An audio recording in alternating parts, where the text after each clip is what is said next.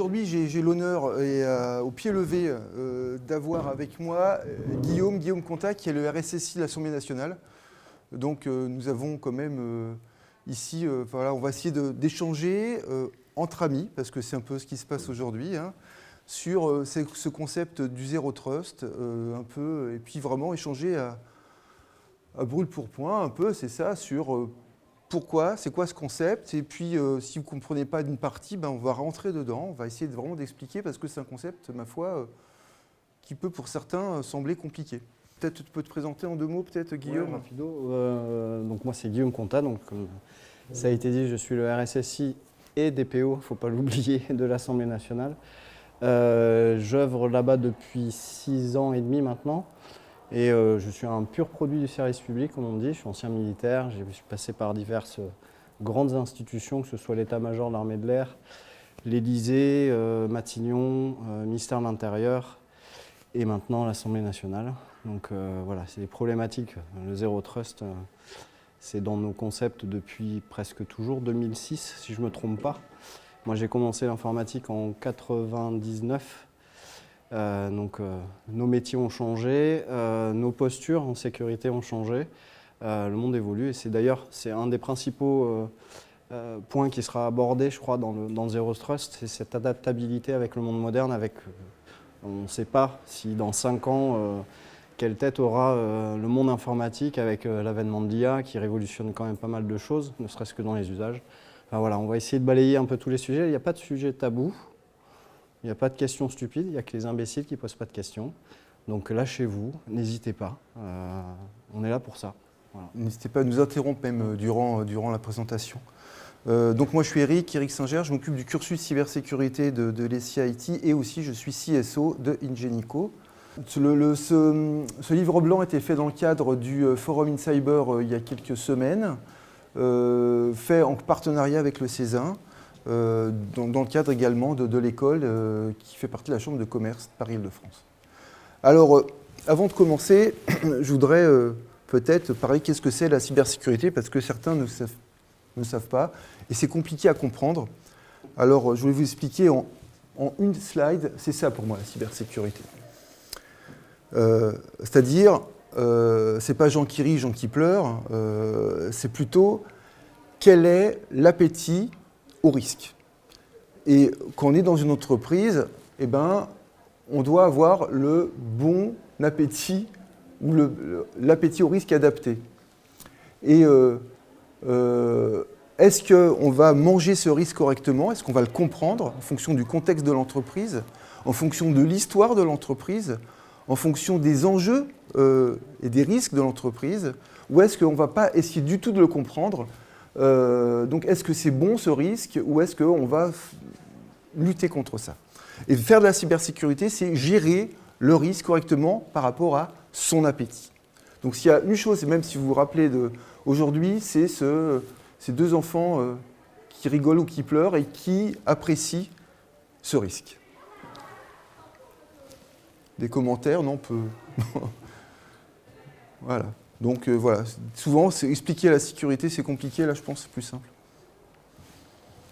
Donc à l'origine, ce document qui est ici, hein, que vous pouvez voir aussi en version numérique, qui est sur le site du Forum in Cyber et qui a été diffusé aussi je pense dans le cadre sur LinkedIn, a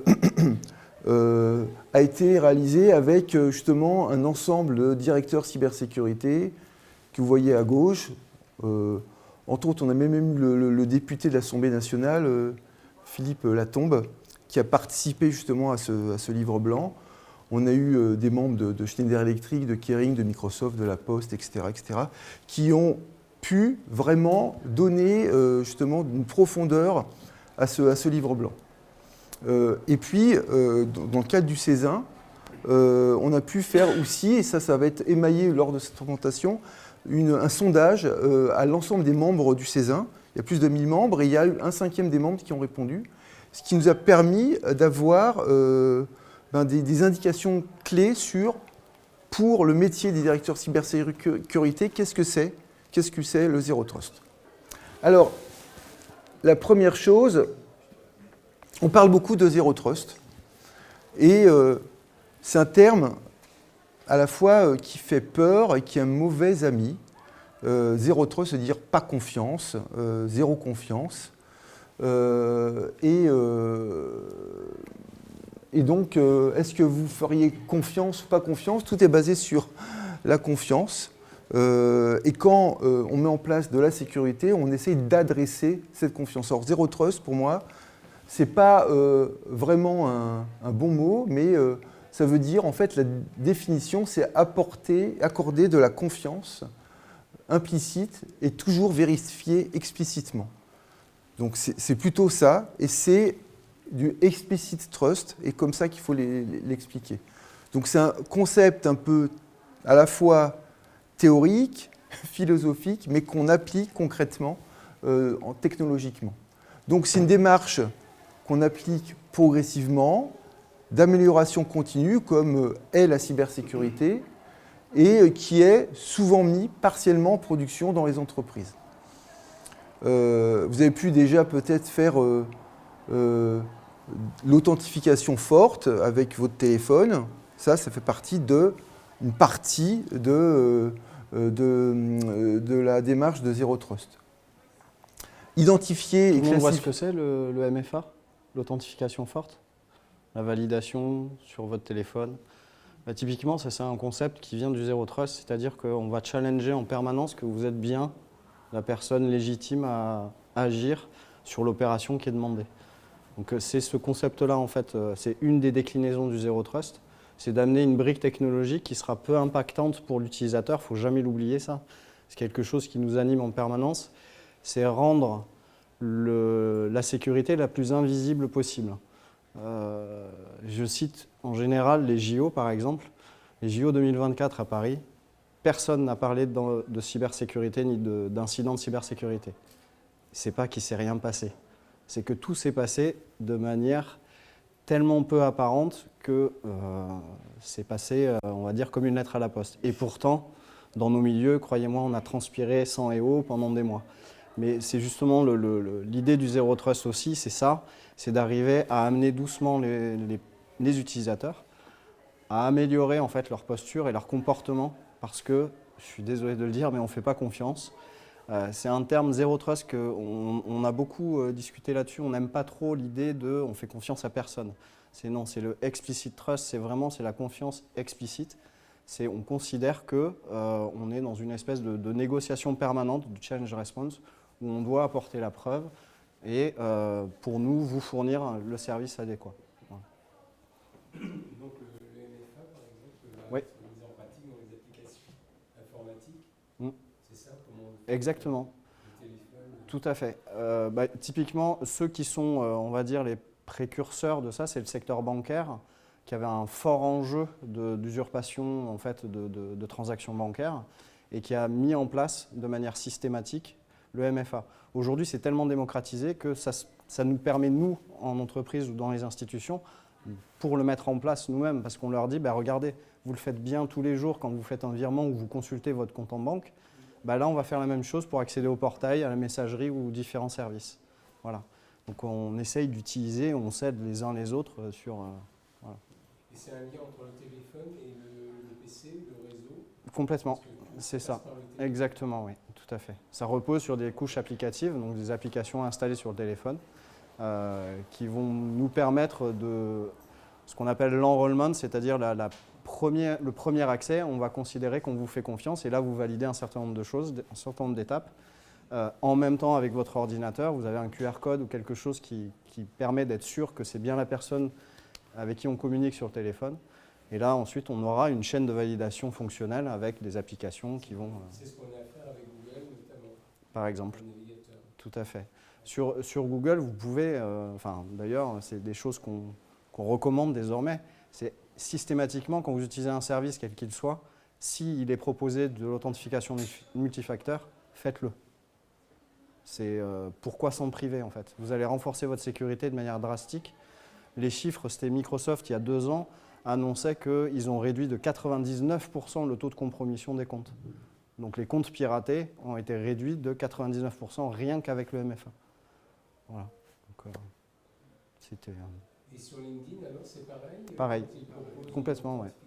Sur LinkedIn, sur Google, sur Microsoft, Teams, enfin sur la plupart des services aujourd'hui l'intègrent quasi nativement. La difficulté, elle est sur les anciennes applications métiers qui n'ont pas été prévues pour ça. Et donc après, il faut engager des migrations et des évolutions pour prendre en compte ce type-là. Pour en fait simplifier, expliquer ce que c'est le Zero Trust, on ne va pas donner l'accès aux mêmes ressources critiques si on accède à partir d'un ordinateur, d'un web café en Australie, que d'un système bancaire, par exemple, que dans la banque, avec un ordinateur qui a été sécurisé, qui a été bien, on pourrait dire, renforcé sur une application critique avec une carte à puce. Non, on ne donne pas le même accès. Peut-être en Australie, on donnera accès à certaines parties de certains mails, et peut-être dans la banque, à l'intérieur de ce système un peu qui est très sécurisé, on donnera accès à plus d'informations. Parce qu'on a plus confiance, parce qu'on a identifié la personne qui a pu accéder avec du contrôle d'accès physique dans cette enceinte, avec elle a pu badger après, et puis après elle a accédé avec un ordinateur de confiance, avec peut-être des certificats, alors que la personne qui a accédé avec le web café qui est loin, on ne sait même pas si c'est une vraie personne, on sait, voilà.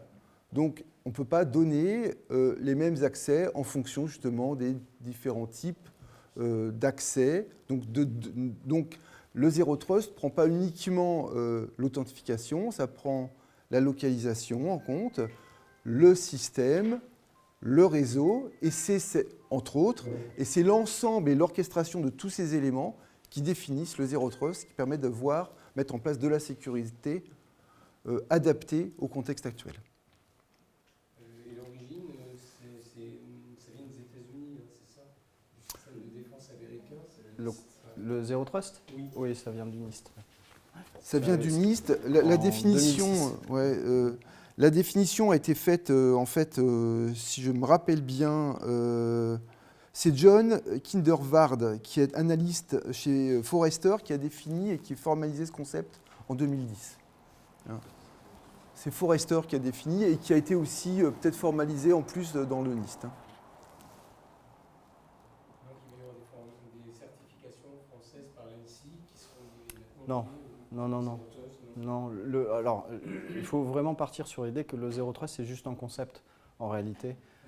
C'est imaginer quels sont les grands pôles sur lesquels il va falloir investir pour améliorer son niveau de sécurité. Je n'ai pas forcément d'exemple spécifique en tête, mais il va falloir. On ne peut pas imaginer un système 100% sécure, c'est un système qui ne marche pas. J'en ai fait la mère expérience. 2012, événement à l'Elysée, on se fait pirater c'est une attaque de niveau étatique. On efface tout le système d'information qu'on a puisqu'on considère qu'il n'est plus de confiance, donc on en reconstruit un de zéro à l'état de l'art de la cybersécurité. C'est-à-dire qu'on active tout. Il n'y a rien qui marche. Voilà, c'est aussi simple que ça. Donc il y a deux approches, c'est soit on part de rien et on élève petit à petit le niveau, que ce soit sur les applications, l'identification, les badges, enfin il y a plusieurs méthodes, soit on part du maximum et ensuite on va réduire petit à petit pour rendre accessible de plus en plus de services. C'est deux approches différentes, mais quoi qu'il arrive, à chaque fois le Zero Trust balaye juste des grands thèmes, que ce soit sur l'authentification, la ressource réseau, les applications. Donc le faire du Zero Trust à 100%, ça n'existe pas. Mais par contre, c'est juste un concept. Donc l'ANSSI ne peut pas certifier un concept d'idée. En revanche, elle donne un guide sur un certain nombre de préconisations à respecter. Déjà, si on arrive à faire ne serait-ce que la moitié de ce que recommande un guide de l'ANSSI, on est déjà très très bien. Et il y a beaucoup d'éditeurs qui viennent nous voir, nous professionnels de la sécurité, pour nous vendre du Zero Trust. Ils disent voilà, j'ai cette solution miracle, magique, cette baguette magique, et ça fera du Zero Trust. Mais en fait, non, ça n'existe pas. Il n'y a pas de solution Zero Trust. C'est souvent ce qu'on appelle un buzz marketing. Et on parle beaucoup de Zero Trust, mais derrière, c'est comme tu l'as expliqué, c'est une méthode, une approche, une philosophie qui permet d'améliorer notre sécurité et d'adapter aux menaces, aux risques actuels en fonction de notre appétit au risque. Donc, excusez-moi d'insister, ça veut dire qu'il n'y a pas de solution informatique qui soit... Pas du tout, non. Bah, si elle existait, je pense que tout le monde l'aurait acheté, et on serait tous dessus. Mais on va voir dans... Pas du tout. On va voir la suite dans la présentation. Il y a des briques technologiques qui existent déjà, et on va en parler. Mais avant d'accéder à ça, il est important aussi de comprendre qu'est-ce que c'est, le concept, et puis on n'a pas de baguette magique, c'est sûr. Alors, parler Zero Trust aussi, c'est une manière pour nous, RSSI, et il y en a certains dans la salle, de pouvoir avoir du budget, pouvoir parler de la sécurité au COMEX, parce que c'est un concept facile et compliqué à la fois. Ils viennent nous voir, est-ce que tu as fait du Zero Trust? Donc ça permet de pouvoir les hameçonner nous-mêmes et de pouvoir parler sécurité avec le COMEX. Et donc, dans le livre blanc, à Guillaume, on a essayé d'expliquer et donner des exemples concrets comment on adresserait le Zero Trust auprès du COMEX. Et c'est vrai, encore récemment, on m'a parlé, tiens, Eric, est-ce qu'on ne pourrait pas implémenter le Zero Trust dans l'entreprise? Alors, je suis super content, mais encore, il faut avoir un certain niveau de maturité et on commence brique à brique. Alors, il ne faut pas répondre on ne peut pas faire, il faut dire on va le faire progressivement et ensemble, on va améliorer la sécurité. Alors, comme on l'a dit, déjà, le Zero Trust, il est préférable de parler de contextual trust, de confiance contextuelle, en fonction de ce que l'on fait, d'où on est, avec qui, avec quoi, on pourrait dire, tiens, j'adresse et je donne un niveau de sécurité adapté. On peut aussi parler, et ça c'est le COMEX le comprend, d'authentification adaptative. C'est en fonction de ce que l'on fait, on va être plus ou moins authentifié. Ça permet de pouvoir détecter des comportements anormaux. Typiquement, une personne, et ça va le détecter, non pas, c'est pas que du Zero Trust, mais fait une partie. Si quelqu'un se connecte de Chine à 22h, elle se reconnecte à 22h03 des États-Unis, soit elle utilise un VPN, soit c'est deux personnes différentes et il peut y avoir une usurpation d'identité. Et donc, ça crée un doute. Et donc ça fait partie de cette, on pourrait dire, orchestration de la sécurité qui fait partie du Zero Trust. Et donc, ce Zero Trust, qui est en constante évolution, ça permet aussi de nous adapter à l'évolution de la menace, et c'est aussi un élément important. Alors pour valider ce concept aussi auprès du COMEX, il faut expliquer les bénéfices. Et c'est ça, en fait, il faut avoir le retour sur investissement de notre sécurité, parce que c'est un coût le Zero Trust. Ils font rajouter de nouvelles technologies, il y a de la technologie déjà qui est existante, qui peut être non adaptable, et donc il faut vraiment réduire. Donc une des premières choses, ça permet de réduire le nombre d'incidents, grandement. Comme a dit Guillaume, avec simplement, on répète, le MFA, ça permet de limiter certains types d'attaques ou d'authentification et d'usurpation d'identité. Ça permet bien sûr de renforcer la confiance dans le système d'information. Et puis surtout, ça permet de s'adapter au nouveau contexte de sécurité. Et ce nouveau contexte de sécurité, c'est celui-là. Alors peut-être tu peux en parler, Guillaume, de cette évolution entre le château fort et l'aéroport. Alors le concept du château fort, je pense que vous voyez tout ce que c'est-à-dire qu'on fait des murs de plus en plus épais, de plus en plus hauts, avec de plus en plus de meurtrières et des archers prêts à dessouder le premier qui approche. Ça, c'est l'ancien concept où on était très isolationniste. Et en réalité, ce qui s'est passé, Internet est arrivé et s'est démocratisé à outrance. Donc on est passé de système mainframe hyper localisé à une espèce de mondialisation de la connexion. Et donc le paradigme, les murs du château fort ont complètement sauté parce que il est impossible, je prends l'exemple, moi, la présidente de l'Assemblée nationale, de lui dire bah non, vous êtes en déplacement à Kuala Lumpur, non, vous n'aurez pas accès à vos mails parce que c'est une zone réputée dangereuse. C'est inacceptable. Aujourd'hui, c'est inenvisageable. Donc en fait, le concept de château fort a complètement volé en éclats et il a fallu ouvrir les vannes. Et donc là, ça a été le cauchemar de tous les gens de la sécurité. Et il a fallu se réinventer. Le Zero Trust 2006-2010 correspond à peu près, c'est la suite de l'explosion de la bulle Internet et des nouveaux services qui ont été proposés. Et donc là, il a fallu changer, ce qui n'est pas forcément facile.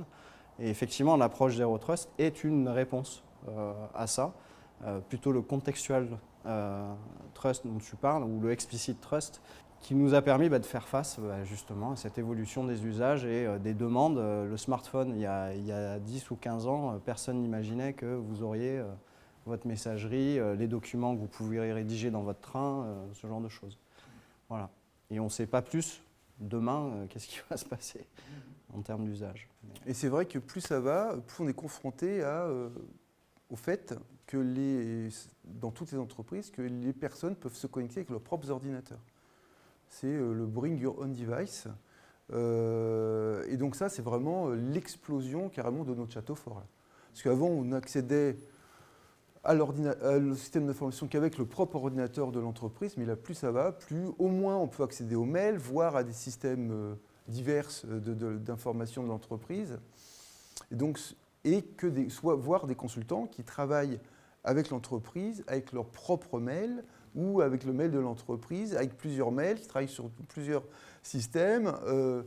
Et donc, on est complètement ouvert, de plus en plus. Et donc, comment sécuriser ces nouveaux accès, cette nouvelle manière de travailler? On est vraiment, après le Covid, clairement, on a une nouvelle manière de travailler, des nouveaux métiers qui arrivent également, où les CISO, donc les directeurs sécurité, peuvent être en temps partagé, peuvent travailler dans plusieurs entreprises. Il y a de plus en plus de consultants qui viennent travailler aussi pour nous. Et donc, comment faire confiance et comment donner des équipements de confiance et ne pas donner tous les équipements, parce qu'une manière pourrait être, on va donner tous les PC de l'entreprise aux consultants. Mais peut-être ce n'est pas la bonne méthode. Après, on se trimballe avec 10 ordinateurs. Non, peut-être on pourrait sécuriser autrement. Et là, on adresse comment on va sécuriser le système d'information du futur. On est au début d'une histoire, là, en fait. Et demain, peut-être, le seul système d'information qu'on aura, ça sera le téléphone qui servira à plein de choses. Donc, c'est une des idées. C'est ça.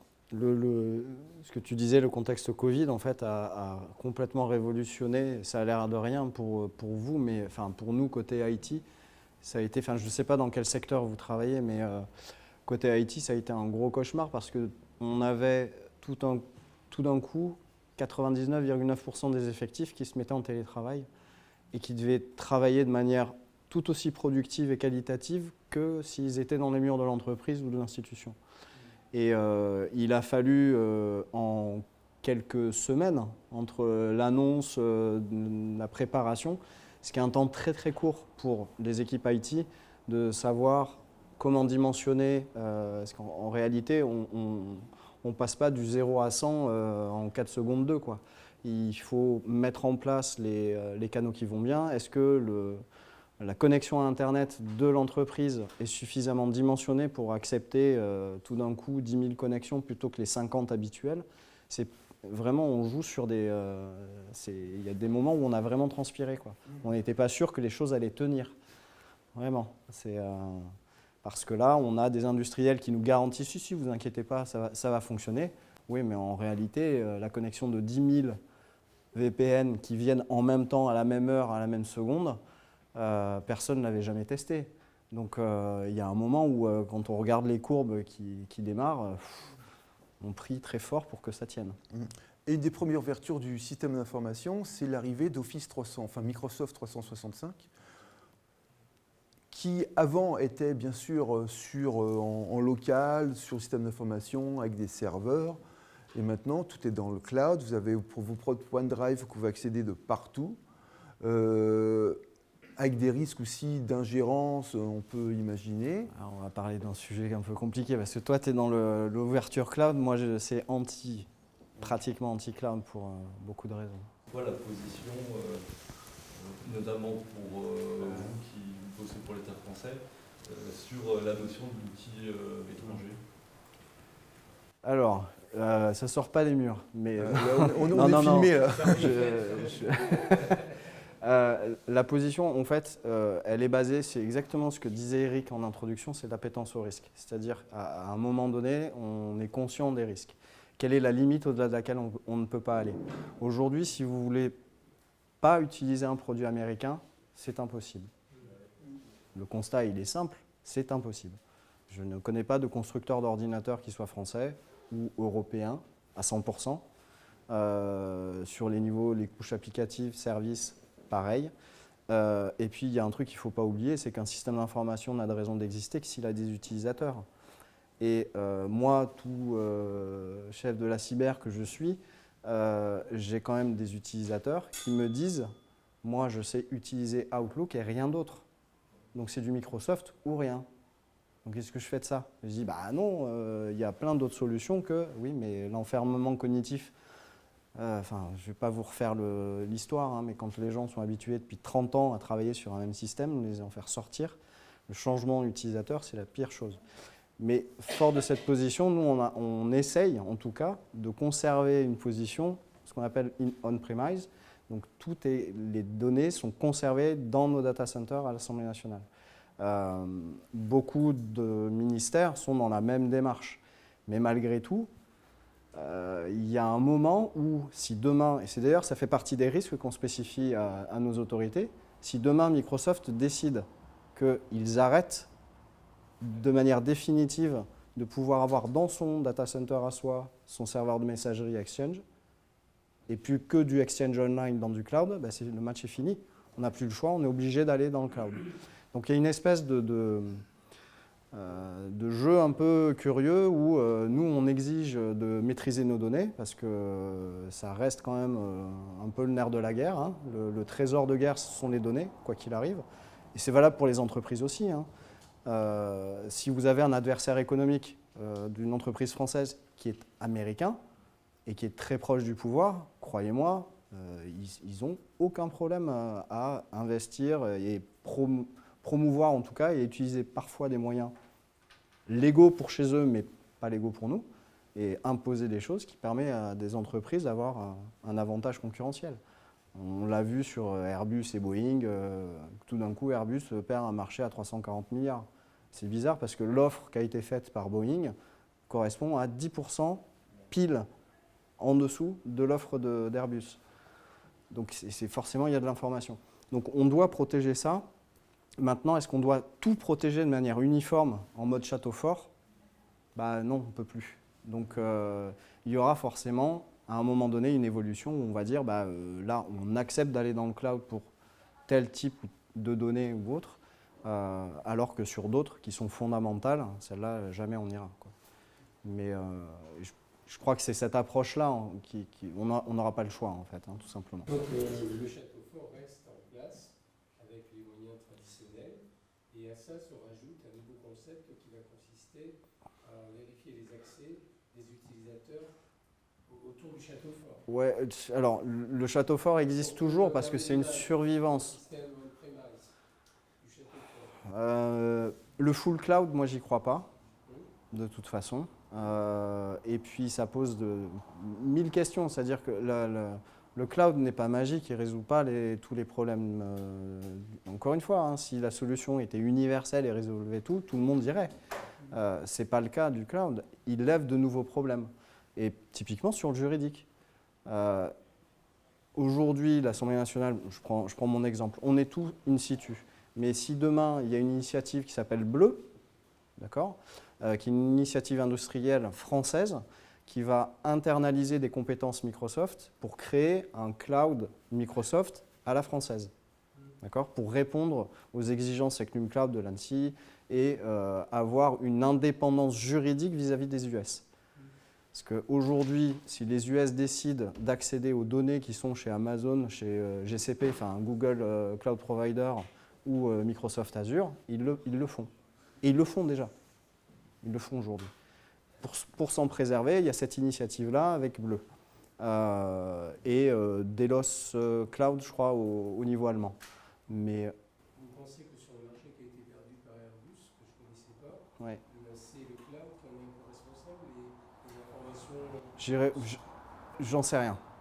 Je sais pas. Je ne sais pas. Je dirais rien. Airbus a choisi Google, mais bon, je pense que malgré tout, c'est hyper sécurisé. Non, pas plus que. Enfin, encore une fois, on peut mettre toutes les sécurités qu'on veut. Ce qui va prévaloir de manière uniforme, c'est le droit. S'ils ont le droit, et ça pour le coup, par contre, les Américains, ils sont hyper procéduriers et au niveau légal, quand ils écrivent quelque chose, c'est blindé. Vous êtes sûr qu'ils ont des troupes d'avocats qui ont tout verrouillé. Quand vous lisez les conditions d'utilisation de ces produits-là, faites l'effort. Je sais, il y a 450 pages, hein, mais vous allez juste sur la partie légale et juridique et vous allez voir le cauchemar que c'est. On l'a vu sur... L'exemple emblématique, c'est TikTok, par exemple, qui a été interdit au niveau de l'Union européenne pour tous les fonctionnaires européens. Je l'ai interdit à l'Assemblée nationale. Parce que quand vous lisez les conditions, à partir du moment où vous installez l'application, la fameuse case que vous cochez « J'accepte les conditions générales », eh ben en fait, je crois que c'est l'article 10, enfin peut-être que ça a changé depuis, vous donnez la propriété de l'intégralité de ce que contient votre téléphone à TikTok. Tout. Les messages SMS, les applications, les photos, les vidéos, tout ce que contient votre téléphone devient la propriété de TikTok, il en fait ce qu'il veut. Je suis pas... Chacun fait comme il veut, mais Qui a TikTok ici? Moi, je lis... voilà. Facebook l'a fait avant TikTok. Oui, complètement. Enfin, après, moi, je considère que ça va trop loin. C'est-à-dire qu'à un moment donné, ma limite personnelle, mon fils, jamais de sa vie n'aura TikTok. Jamais. Voilà. C'est simple que ça. C'est pas discutable. Et lui-même est plus dur que moi, avec lui-même. Moi, je m'autorise WhatsApp, lui, pas du tout. Donc, bon.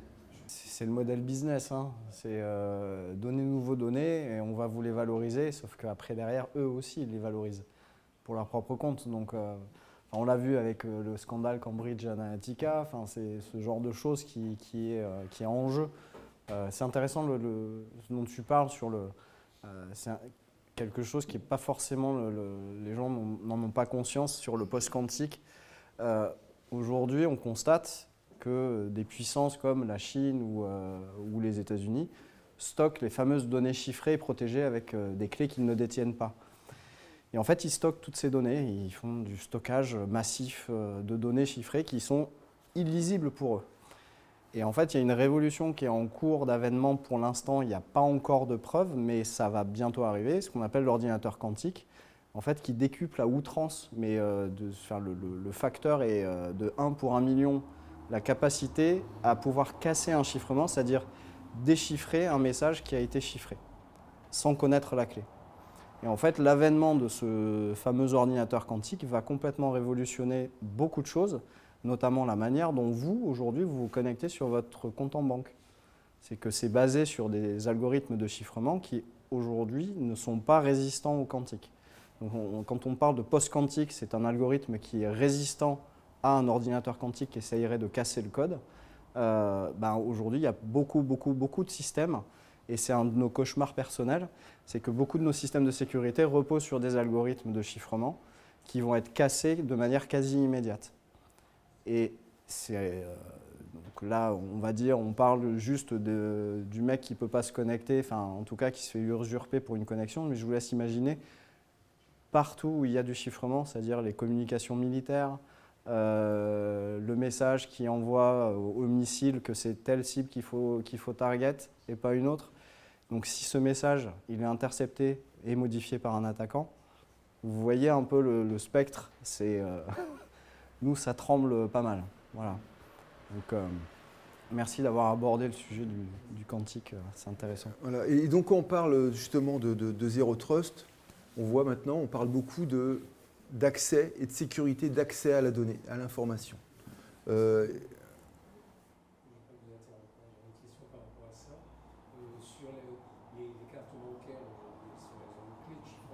Bah, vous verrez.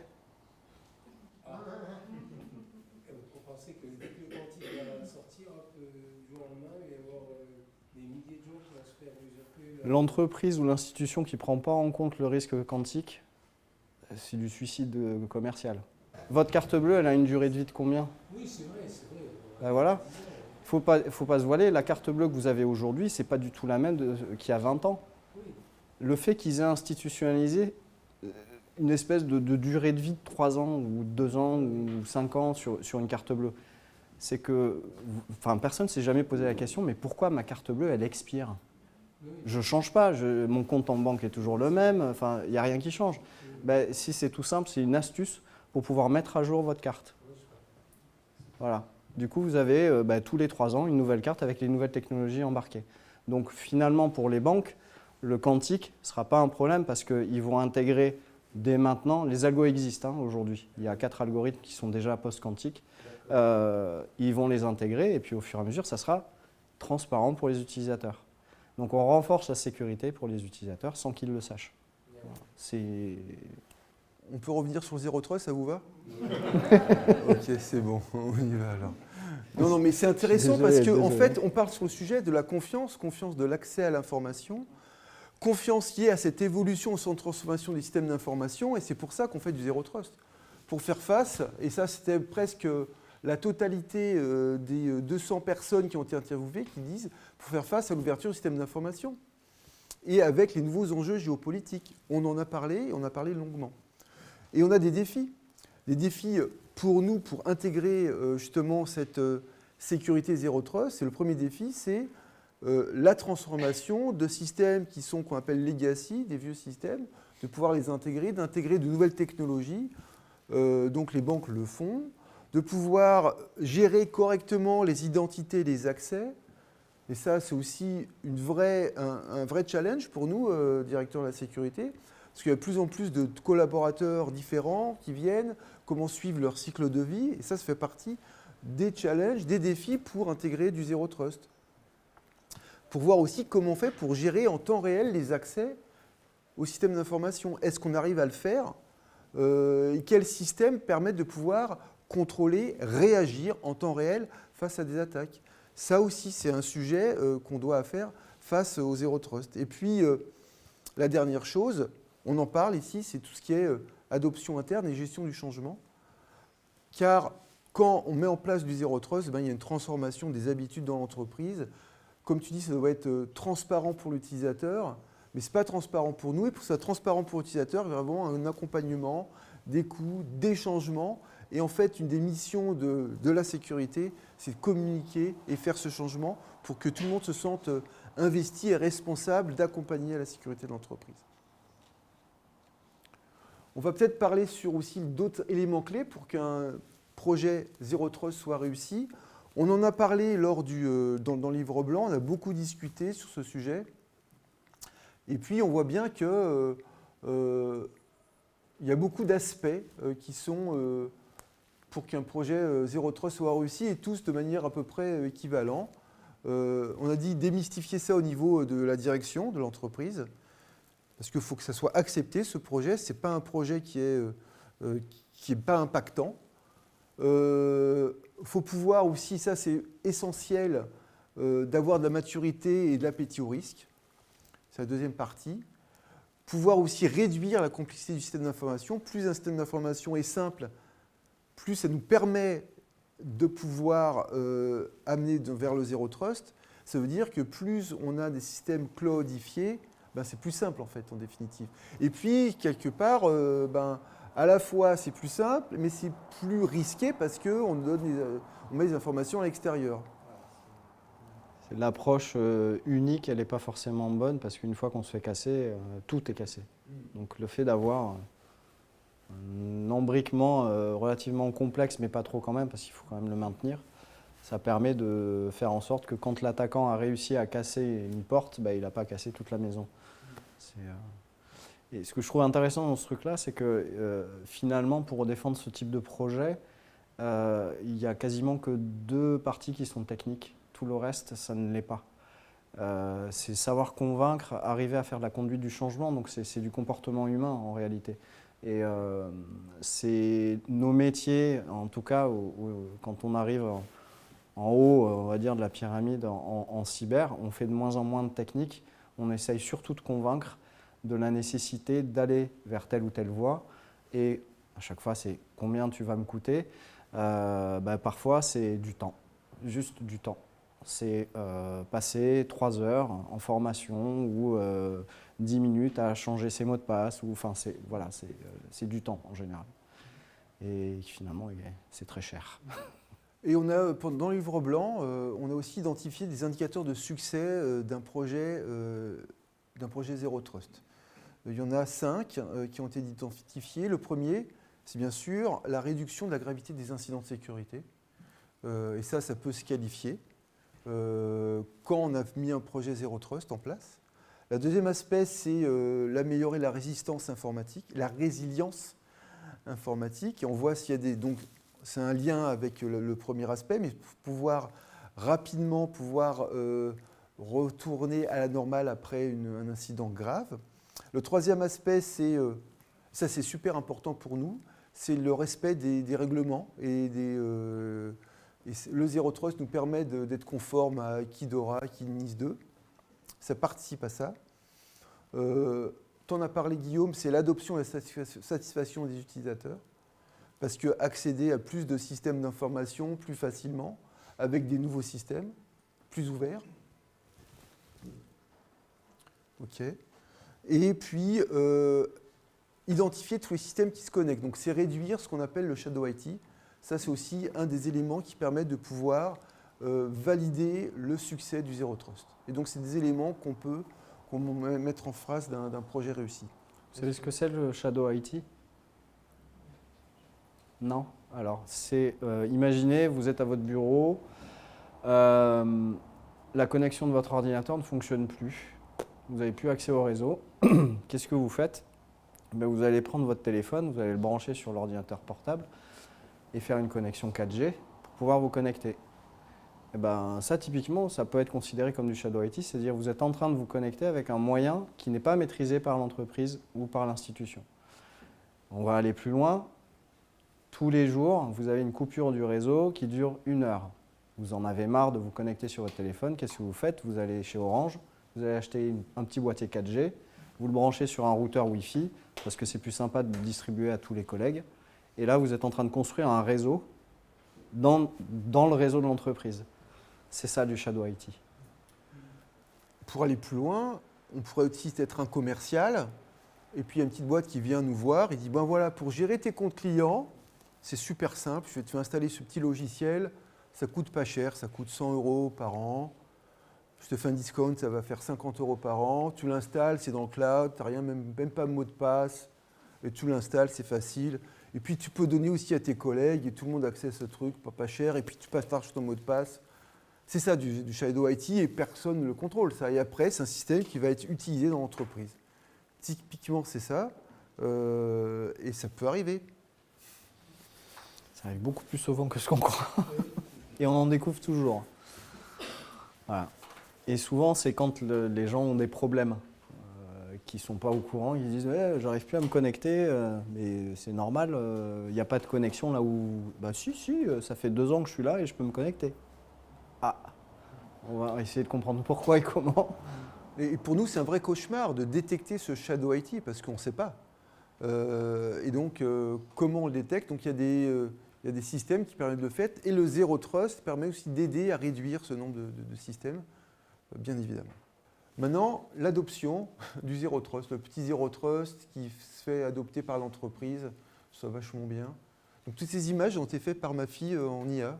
Merci ChatGPT, c'est incroyable, je trouve ce qu'on peut faire. Voilà.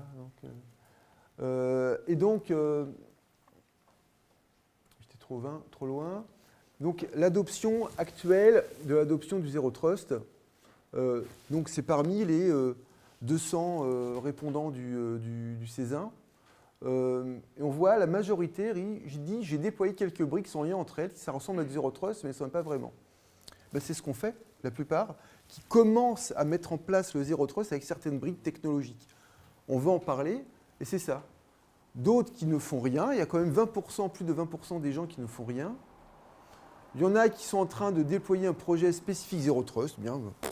Et il y en a qui ont finalisé la première étape du déploiement, parce que c'est toujours un système.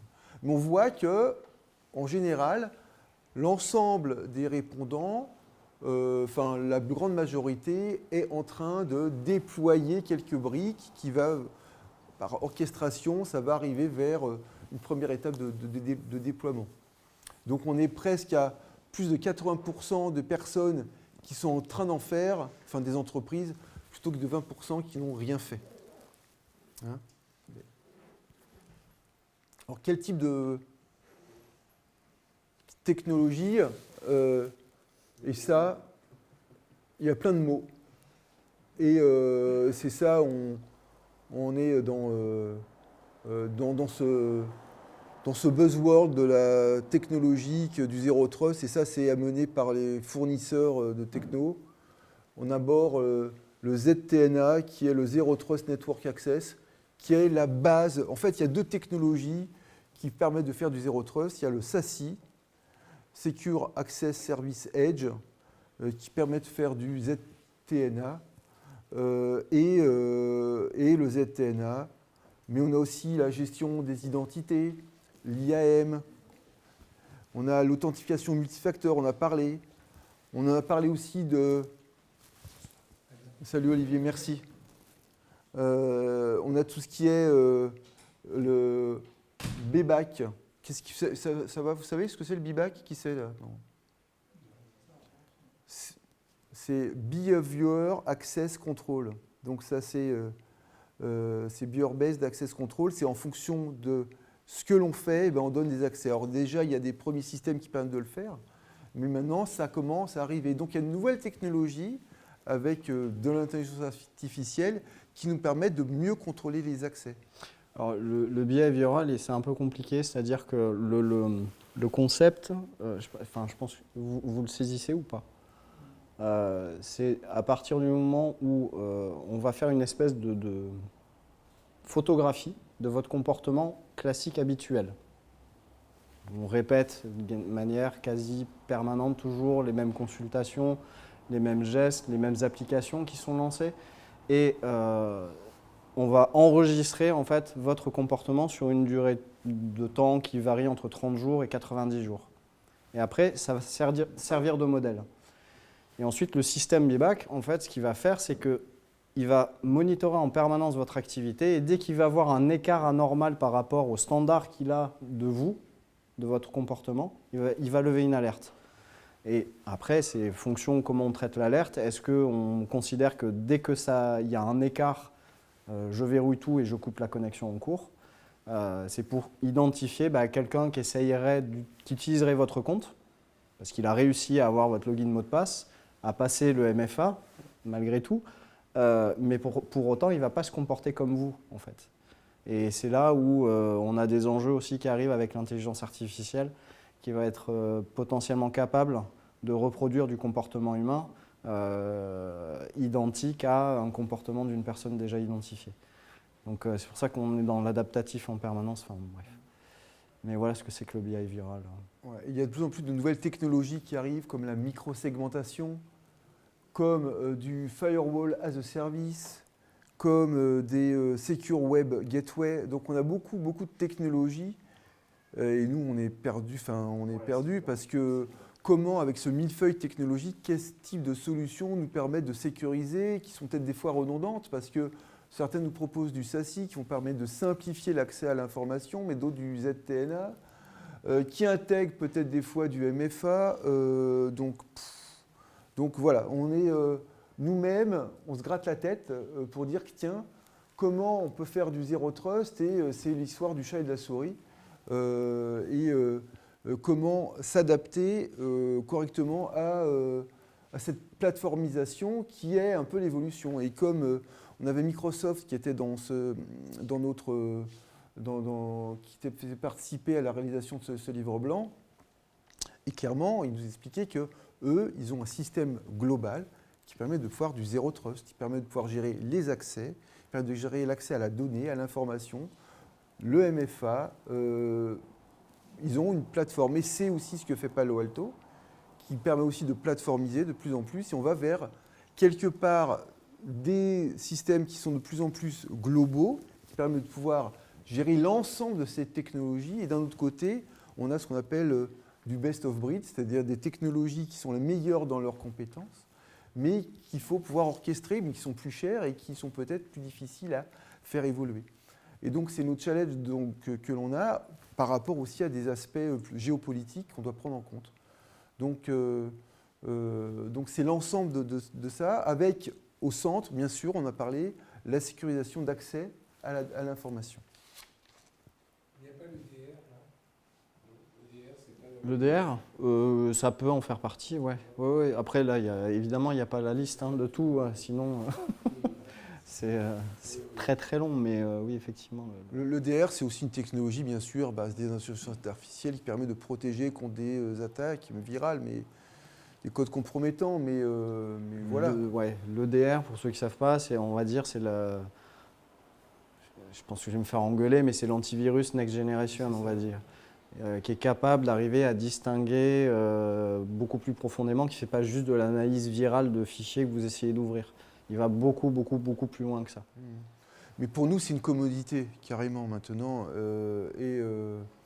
On a c'est une commodité qui doit se connecter de manière, on pourrait dire, orchestrée, avec un système de gestion d'incidents. Et c'est plutôt l'orchestration et la connexion au système de gestion d'incidents qui est importante ici. Typiquement, dans mon entreprise, là, chez Ingenico, on a un EDR qui aussi met en place tout ce qui est réseau. Et donc, on a un peu du ZTNA dans ce cadre-là. Donc là, c'est l'ensemble des technologies qui sont été déployées ou déjà déployées ou déployées à l'occasion du Zero Trust. Et on voit principalement, et ce qui est intéressant, c'est celle-ci, c'est le déploiement du DLP, ce que je vois ici, la stratégie d'accès aux données, on en a parlé également, et puis finalement la gestion du BYOD. Et c'est peut-être un peu ce qu'on peut retenir, la protection de la donnée toujours au centre de l'information et du mécanisme, du device qui permet d'accéder à l'information. DLP, c'est Data Leak Protection, c'est-à-dire c'est la protection contre la fuite de données. C'est-à-dire identifier, imaginons, je mets en place un produit de Data Leak Protection juste sur mon tunnel de sortie vers Internet. On a un taux de consommation avec des pics classiques et standards. Et tout d'un coup, j'ai un pic qui est hors norme. Le produit en question va couper carrément l'accès à Internet pour éviter que la fuite continue. Voilà, ça peut être ce genre de choses. Et on peut imaginer aussi que du DLP, on va l'avoir sur l'ordinateur et qui va avoir un trafic anormal. Et là, ça va couper juste l'ordinateur et pas tout le reste de l'entreprise. Mais voilà, ça fait partie des choses à mettre en place qui peuvent être très intéressantes. Avec d'autres technologies qui ne sont pas dans la donnée, mais plutôt dans ce niveau réseau et attaque, avec comme l'EDR, on en parle en mode rémédiation, c'est-à-dire réaction par rapport à un incident. Donc ça, c'est intéressant également. On voit que le MFA, qui est unanimement déjà installé et déployé avant le projet Zero Trust, comme également d'autres projets comme la gestion des smartphones qui devient aussi quelque chose d'important. Mais ce qu'on peut voir ici, c'est que le Zero Trust permet aussi d'amener à déployer certaines technologies qui n'existaient pas, permet de sécuriser notre système d'information. Donc quel est l'avenir du Zero Trust? On voit que principalement, et ça c'est plus de la moitié des personnes qui ont répondu, ça permet de pouvoir faire une convergence identité, équipement et réseau. Ça c'est bien sûr ce qu'on a pu voir. C'est une étape, deuxièmement, c'est une étape indispensable à la sécurisation du système d'information.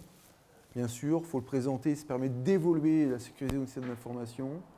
En troisième, ça permet d'avoir une ouverture totale du système d'information qui dépasse le modèle de hub d'aéroport pour aller vers un système qui s'appelle biomimétique, avec un système qui s'autorégule. Donc ça, c'est dans le futur. Et puis, il y en a certains qui disent, de toute façon, l'avenir, il n'y a pas d'avenir, c'est une mode qui va passer. On va Et tous il y aura mourir. d'autres choses et on va tous mourir. Donc ça, c'était un peu la richesse de notre panel. En conclusion, le Zero Trust, eh ben, c'est bien sûr aller vers une confiance éclairée, construite et réévaluée, mais de ne plus faire la confiance un point de départ, mais un objectif. Voilà. Est-ce que vous avez des questions par rapport à tout ce qu'on a présenté? On a duré assez longtemps en fait. Hein. Bah ouais, désolé. Non, mais c'était super Je intéressant. parle beaucoup. Est-ce que vous avez des questions complémentaires? Moi, j'ai une question, parce que moi, j'y vois une grande dimension sur l'acceptabilité des solutions que vous avez proposées. Ouais. Vous parliez, par exemple, du confort des utilisateurs. C'est vrai que quand on commence à voir, enfin, on a pu voir dans certaines entreprises des DSI un peu sévères qui imposaient des modèles château fort, mais voilà. Ça marche plus, ça. Voilà, et ça marche plus. Bah, Et du coup, je trouve qu'une approche comme ça qui est raisonnée, entre guillemets, c'est-à-dire on adapte l'effort Ouais. à la criticité des enjeux, puis finalement, c'est presque auto-vendeur. on aimerait bien. Ouais, On ça aimerait n'est bien pas, que ce ça n'est soit. pas plus que ça Non, non, on en revient au fondamental que l'appétence du risque en fait. C'est-à-dire que la perception du risque va être très très différente en fonction des personnes. D'autres vont dire non mais ça n'arrive jamais ou non mais moi je suis nickel et jamais j'aurai un comportement à risque. Et en réalité il y a des approches qui peuvent être parfois un peu surprenantes de la part de personnes qu'on considérerait comme éclairées et sachantes. Ça paraît, là, quand on le présente, ça paraît logique, mais tout ça, il faut l'amener face à une autorité pour qu'elle comprenne l'enjeu. Et ce qu'on n'aime pas, c'est faire peur. C'est le truc, c'est facile en fait. C'est de dire, si vous ne nous écoutez pas, tout va brûler et on meurt tous dans 10 secondes. Ça ne marche pas. Ça, c'est les anciennes approches de fut un temps, voilà, pour dégager du budget, mais je pense qu'ils faisaient ça parce qu'il y avait urgence à agir. Aujourd'hui, il y a quand même beaucoup de choses qui sont en place, mais malgré tout, on se rend compte que ceux qui nous dirigent, les décideurs, en réalité, ils n'ont pas...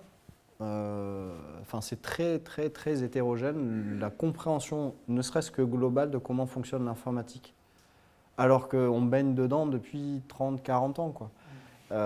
Aujourd'hui, après c'est mon point de vue à moi, c'est ma vérité, c'est pas la vérité.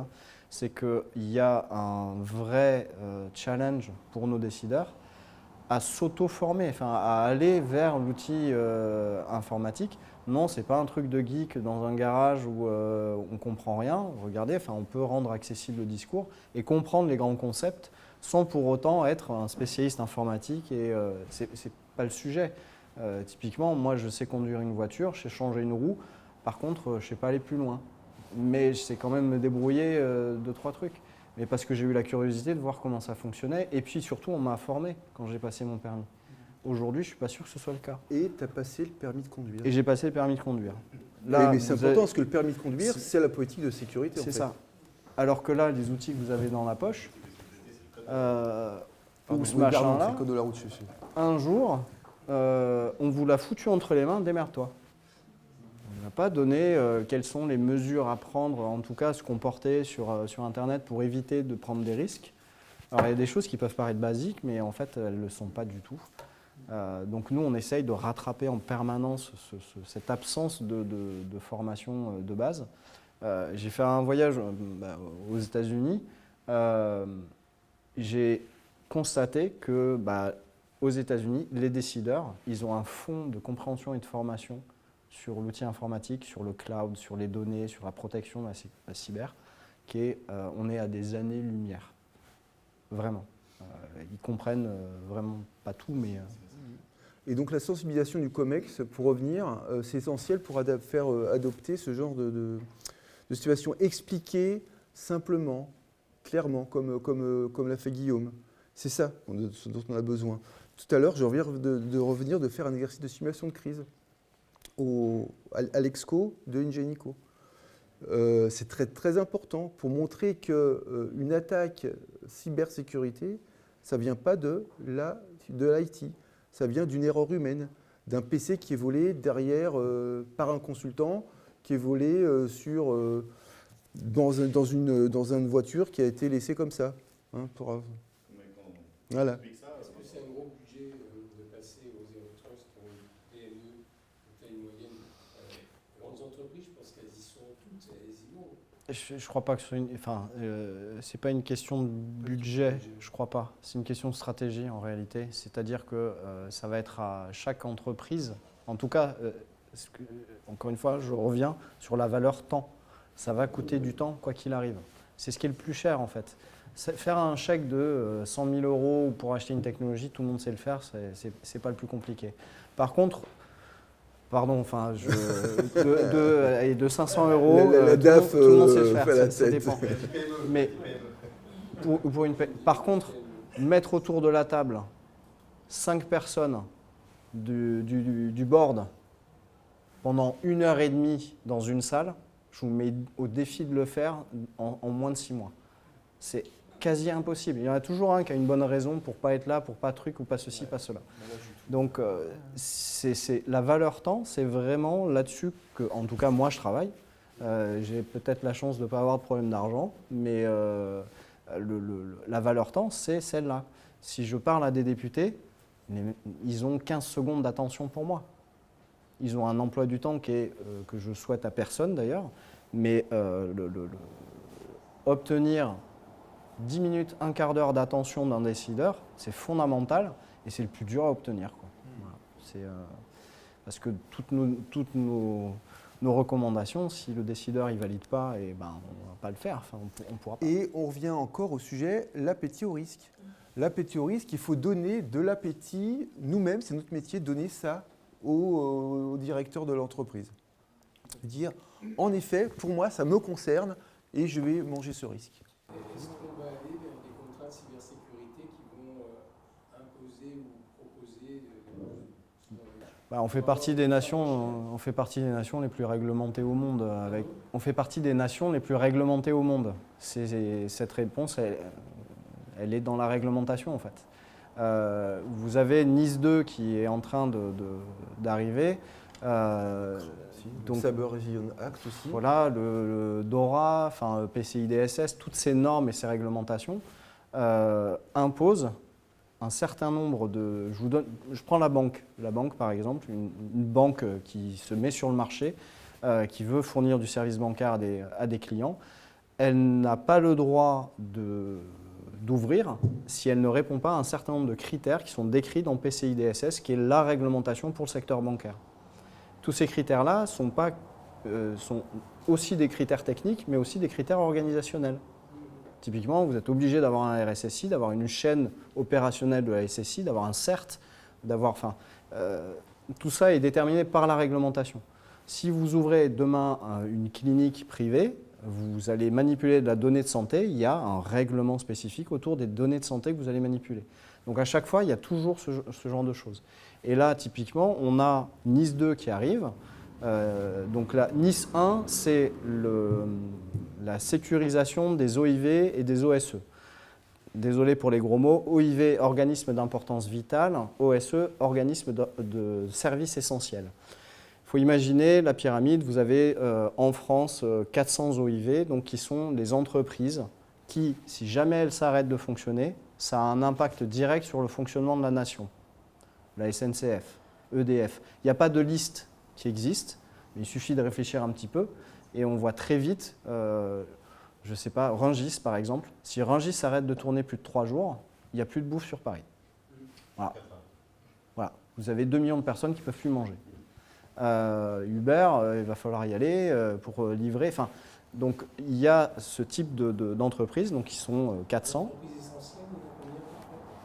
À peu près 400, je crois, c'est 300. Ouais, c'est ça. Et ces OIV sont rattachés à ces OIV des OSE, donc des organismes de services essentiels. Ces organismes-là servent à l'OIV à fonctionner. Donc, par exemple, la SNCF, ok, elle transporte les personnes et les biens, mais sans électricité fournie par EDF, elle ne va pas aller très loin. Donc, enfin, ce n'est pas le cas, mais je schématise. Donc, EDF est un OSE pour la SNCF. Donc, en fait, on a cette espèce de dépendance. Nice 2, la deuxième version là, qui arrive, elle va passer la quantité d'OSE, ça va s'appeler EE, donc c'est entreprise essentielle, et EI, entreprise importante. On passe à 300 000. C'est pour montrer la prise en compte par le régulateur, l'Union européenne, et tous les pays européens, de l'importance qu'a la cyber, enfin en tout cas la sécurité numérique, pour le fonctionnement de notre société, en fait, tout simplement. Et Nice 2 fixe un certain nombre d'obligations pour toute entreprise qui se retrouve dans les 300 000, qu'en France, que en France. Et c'est ce qui est marqué ici, c'est qu'il faut avoir un système d'information mature en termes de sécurité.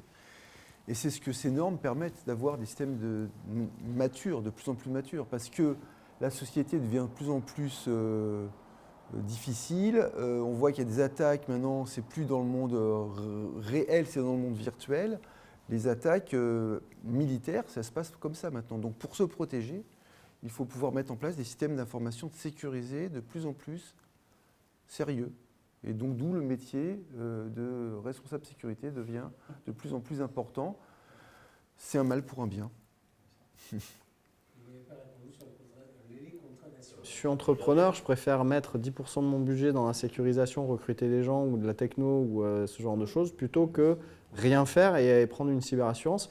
Ça va être très simple, l'assurance. S'il y a un incident qui met mon SI par terre et mon appareil de production, qu'est-ce qu'elle va faire ? Elle va venir, elle va faire comme pour nos assurances. Vous avez fait nettoyer la cheminée ? Non, j'utilise pas. Ah, c'est clause de résiliation de trucs, on ne vous couvre pas. Évidemment, ils vont jouer là-dessus. Après, pardon s'il y a des assureurs cyber dans la salle, mais c'est un business auquel je ne crois pas du tout, quoi. Moi non plus, et quand je fais des audits aujourd'hui de PME, finalement, quand on prend les couches techniques, ils en ont. Je préjuge peut-être, je ne connais pas forcément le monde du privé, mais je pense que quand je suis patron d'entreprise, c'est assez facile d'établir des règles de fonctionnement et de dire que quand tu vas signer le contrat à tes employés, tu respecteras les règles. Moi, ce n'est pas le même game. Je n'ai pas ce pouvoir-là parce qu'on a des syndicats, il y a des choses qui sont vraiment très très compliquées juste pour arriver à faire des gestes de base. Le MFA, typiquement, moi je l'ai mis en place, ça m'a pris 3 ans.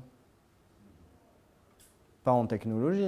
Technologie, c'est 2 semaines d'installation, coordination, truc. C'est 3 ans pour arriver à convaincre et dire « Ah, mais vous êtes sûr, vous voulez le faire sur quoi ?» et machin, et nanani. Et on va le faire que sur un petit périmètre pour voir si ça marche et ça explose pas. Voilà. Et souvent, ça accélère quand on a un incident, semble-t-il. Alors, on est tous des opportunistes. Tous ceux qui travaillent dans la cyber, on est des opportunistes. C'est le moindre incident, on le saisit et parce que on se retrouve finalement convoqué. Enfin, j'ai aucun problème à le dire. C'est des grosses ficelles, mais on les utilise, évidemment. Parce que la perception du risque, à ce moment-là, le niveau d'appétence est max. Donc, les 15 minutes d'attention de l'autorité, on l'a. Voilà. Et donc, je voulais savoir si vous aviez plutôt à droite, est-ce que vous avez faim ? Et moi, j'ai faim. Et peut-être je n'ai pas l'appétit au risque, mais j'ai l'appétit à l'appétit. Donc, merci beaucoup et on peut continuer à discuter là-bas. Merci. Merci.